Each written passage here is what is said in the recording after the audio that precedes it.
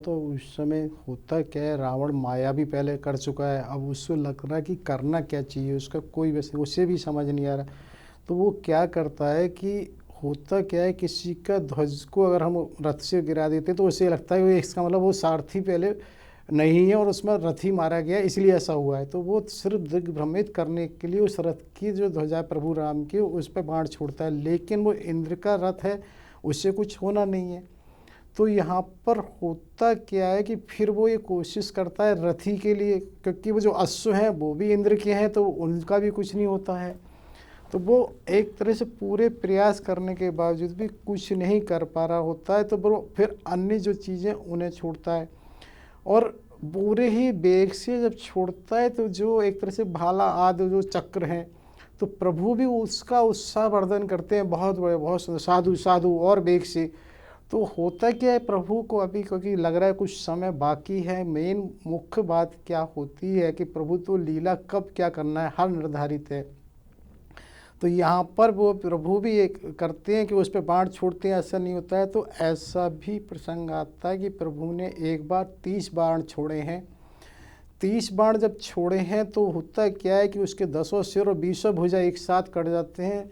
और जैसे ही वो 10 भुजा और 20 कटते हैं कि तुरंत ही उसके वे दोबारा से निकल आते हैं, जिसकी वजह से उल्टा हो जाता है कि रावण अब बिल्कुल निश्चिंत हो जाता है कि मेरा वध तो होना ही नहीं है, क्योंकि वो इस तेज़ी से निकलते हैं कि किसी को अंदर नहीं पड़ता। और वो प्रभु भी उतने उग्र हो रहे हैं। तो हो क्या रहा है कि इतनी तेज़ी से वातावरण में ये हो रहा है कि उसके सिर और भुजाएं चारों तरफ इस तरह से लटकी हुई हैं कि जो देवता वहाँ पर युद्ध को देखने आए हुए हैं वो भी एक तरह से ऊपर जाने को मजबूर होते हैं। और ये बंदर वगैरह जो उनके बाण उनसे सिरों से खेल रहे हैं और वो उन्हें खींचते हैं नीचे। और जैसा कि ये प्रसंग उस समय अंगद ने रावण से कहा भी था उसके दरबार में कि बानर तो ये उससे खेलेंगे, तो वही चीज़ प्रमाणित वहाँ हो रही है। और ऐसा आता है इतना अधिक वो उसकी संख्या हो गई है कि जिसकी वजह से चारों तरफ कुछ और नज़र ही नहीं आ रहा है। तो देवता भी ऊपर जाते हैं और उसकी वजह से तो प्रभु इस चीज़ को जब करते जाते हैं तो एक तरफ प्रभु क्या करते हैं, जो उनका सारथी माता है कि उसकी तरफ ये देखते हैं भाई आखिर इसका क्या अंत है, क्या होता है। क्योंकि प्रभु ने ये देखा कि मैंने उस बाण का भी उपयोग कर लिया जिस बाण से एक तरह से बाली को मारा था, तो उस बाण से भी वही हुआ है। तो वो जो उनका सारथी मतली वो कहता है प्रभु ये तो आपको लीला करनी है, कीड़ा करनी है, अब क्या आप सब तो जानते हैं। क्योंकि होता क्या है, जो निर्देशक है ना वो किसी भी स्थिति में पर्दे पे नहीं होता, वो कहीं भी किसी भी सीन को ऐसा नहीं जानता, वो हर दृश्य को जानता, लेकिन दर्शकों के हिसाब से वो जोड़ना चाहता है जिससे दर्शक उसको जुड़ सकें और समझ सकें। तो वो यहाँ पूछते हैं ना तो इसको कैसे किया जाए। तो होता क्या है, वो कहते हैं कि आपको सब भली भांति मालूम है कि जो आपके पास जो त्रोणों में बाण है अगस्त्य ऋषि द्वारा दिया गया है वो बाण है, वही बाण आपको मालूम है कितना महत्वपूर्ण है। और ये इस बाण की हमने जब भी चर्चा करी थी, बिल्कुल शुरू के जो एपिसोड में बात हुई थी कि महाराज रघु का ये बाण था जिस समय ब्रह्मा जी आए थे। ब्रह्मा जी ने ये कहा था महाराज रघु से आप क्या कर रहे हैं ये, क्योंकि बाण तो ऐसा इससे निश्चित रूप से उसकी मृत्यु हो जाएगी, लेकिन अभी तो सारी लीला बाकी है। तो उस समय उस ब्रह्मा जी ने उस बाण को ही महर्षि अगस्त के पास रखवाया था। जब हमने महर्षि अगस्त के उसमें भी जिक्र किया था, आश्रम पर गए थे, तब उन्होंने उस बाण और त्रोण को दिया था, उन्होंने लिया था।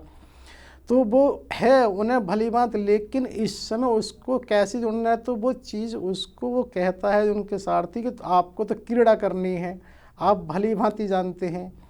तो उस समय ये बात आती है कि उस बाण को लेके जब वो एक चीज़ और यहाँ बताना आवश्यक हो जाता है कि वो रघु का जो बाण था, क्योंकि वो बाण अमोघ होते हैं तो ऐसा नहीं हो सकता। और इसी का उदाहरण हमने एपिसोड नंबर 87 में दिया था, जब उन्होंने भगवान प्रभु राम ने जब समुद्र पे कह रहा था ना, बिने न मानत जलद गढ़ गए 3 दिन बीत, बोले राम सको तब भय बिन होई न प्रीत।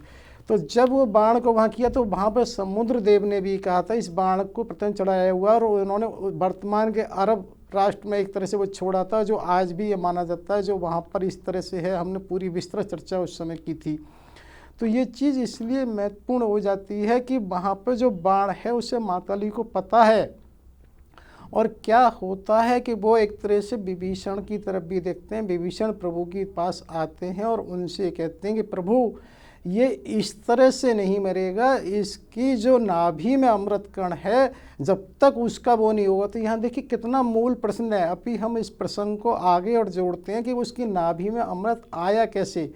और क्या प्रभु को नहीं पता? प्रभु को बिल्कुल पता है, लेकिन होता क्या कि एक मैंने बताया कि जो निर्देशक है उसकी एक सीमा है कि दर्शकों के हिसाब से करना है।